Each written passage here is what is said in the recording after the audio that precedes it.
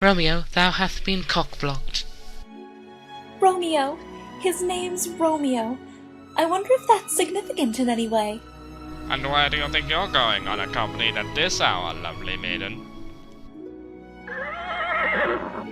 Although it's true that all the perfumes of Arabia will not sweeten this little hand, I can assure you she is not unaccompanied. Nor does she require the protection of the sword so prominently extended from your waist. You got told. Lace up your shoes. Here's how we do. Run, baby, run. Don't ever look back. They'll tear us apart if you give them the chance. Don't sell your heart. Don't say we're not meant to be. Run, baby, run. Forever will be you and me.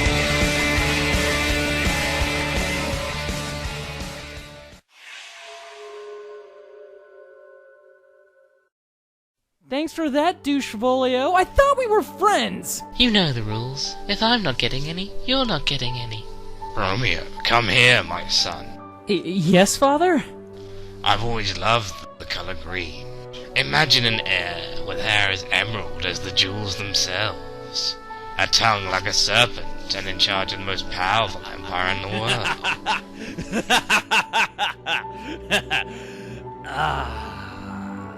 Card games. So in order to make my dream a reality, you are now engaged to Hermione. Dad, that doesn't make... Shut up! Blue plus yellow equals green. That's how genetics works.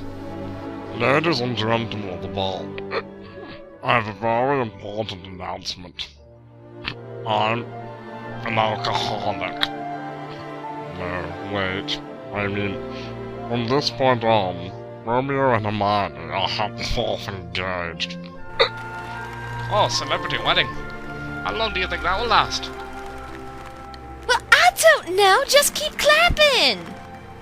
I've got dibs on December. It's not so bad being forced into an arranged marriage with some stranger you've known for all of 5 minutes and undoubtedly share at least partially the same blood as you. I don't know what all those Indian women are complaining about. If my father had finished that genetics class, he would know that royals continuing to marry into their own family is a very bad idea, especially with the introduction of a disease, which none of the branches of the family tree will be able to survive before wilting due to all having the same sap. As a word, just look at Queen Victoria.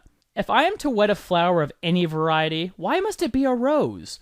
For although a rose by any other name will indeed smell as sweet, surely a flower of a different variety than the rest in the garden will smell even sweeter. Like an iris, for example. I bet when I die you'll dance on my grave. I doubt it. I'm pretty sick of always standing in a queue. Juliet, please explain what you were thinking when you left for the palace. I only went because of the ball. The ball? Who do you think you are, Snow White? Did some young prince fall madly in love with you? Why did you go? Come, Conrad. Don't forget that you were an angsty teenager running away from home and falling in love every few minutes once yourself. But please, my lady, do tell us what it was like. It was like something from a Midsummer Night's Dream. Well, for now, Odin, lay low. We must prevent any unwanted attention to our... Hey Odin, wanna ignore Grandpa and go play superheroes again? Of course. By order of Lord Montague, your daughter is now mine, peasant. She's to be executed. But before that, I'm sure the royal guard will find other uses for her. Ha ha. Please, no. Too late, she's going to start an all-female cast of Richard II, which is being directed by a hack. You monster! Please be gentle. Hey, she's the one that's going to be raping the English language here! 'Twas never a greater insult to the written word than this. Is the gentleman behind this abomination being conceived by the beast of two backs of two lovers whose bloodline runs closer than the tributaries of the river Styx? My fair Juliet has well and truly been called by another name, another gender altogether. Why does she jump so gaily through the streets of fair Verona as a lemming does hurl itself for the emerald cliffs? One had lovers with fairer skin than her, with her hair sleek and eyes more glistening than the Thames in the morning light. But the cur is clearly no longer worth my time. One wonders if I could have achieved the same thing by tying my head to the leg of a horse and carriage and paying the rider sixpence to sprint all through the night. Please spare my life. I will release these girls. After they release me. I shall speak daggers to you, Odin, but I shall use none. You know what Conrad said. But why? Why am I forbidden from going out in public? Your destiny is written in the stars. On your 16th birthday, all will be revealed, and you shall remember who you are. The day has come. Tell me.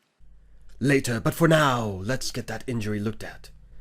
Yes, I'm looking at the injury right now, and it does look injured. Perhaps you should seek medical help. Ah, the Red Whirlwind, the savior of Neo Verona, once again out harroting Harrod. There we go, my friend. Thank you, but you should be careful. Montague will not be pleased if he finds out you were helping us. I am but a simple medic. I help anyone. Nothing bad will happen to my family and I just because I help you once in a while. I've just jinxed us, haven't I? Handy little things these reverse wigs are. Though why you bother to wear it when dressed as the Red Whirlwind, I do not know. Well, it's to disguise my identity as a girl. Also, Montague is searching for me for reasons I do not know, so I have to hide my red hair. But you wear a hat anyway, so surely tying your hair back will do. Oh, never mind. Time for your super sweet 16. Poverty style. Wait, Juliet, you can't. You are forbidden. La la la la, not listening. I'm off to find irises because I'm sure to find my true love in a field of irises simply because of a mutual love for the smell. Why she ran off once again, I do not know. Don't forget that, above all, to thy own self stay true. But what of her inheritance? What about the house of Capulet? Are we to let the tyrant Montague live on? No, we shall not. But it will take more than Neptune's seas to wash the blood from our hands. However, if chance will have her queen, then chance may crown her. But for now, let's enjoy this peace while we can. Well, Pegasus, time for our alone time. Oh, hello. May I ask your name? It's Juliet, and I'm turning 16 today. Just going to throw that out there. Going to go home soon and get some presents. Hint, hint. Of course. Here you go. Oh, God. Need to use my socks for Christmas face. Thank you, you cheap bastard. Well, I must be off. Bye. Goodbye. I love him. Hey, why is Odin dressed as a girl? Why does he have long hair? Why am I the only one who seems surprised by this? Who did this to him? Mother Nature. All little boys eventually turn into girls. Soon it will be your turn, Antonio.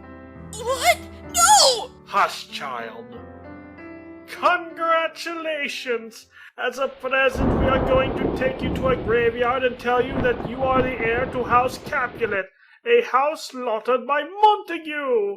Don't forget that we show all the soldiers who had their entire families raped and murdered, and are relying solely on you. No pressure, though. Tell me you're kidding. Long live Juliet, the mother ours to Capulet. You have a sick sense of humor. She's to be executed. But before that, I'm sure the Royal Guard will find other uses for her. Ha ha. Yes, I'm quite sure they need a lot of laundry that needs to be cleaned. Oh no, I don't mean that as a sexual innuendo, though. They seriously need laundry that needs to be cleaned, and since she's a woman, and I'm sexist, I'm assuming that she will be cleaning their laundry. And making them a sandwich, of course. Don't forget that, above all, to thy own self stay true. Yes, in other words, do things only for yourself. To your own self stay true. Be a greedy bastard and think only about yourself and not others.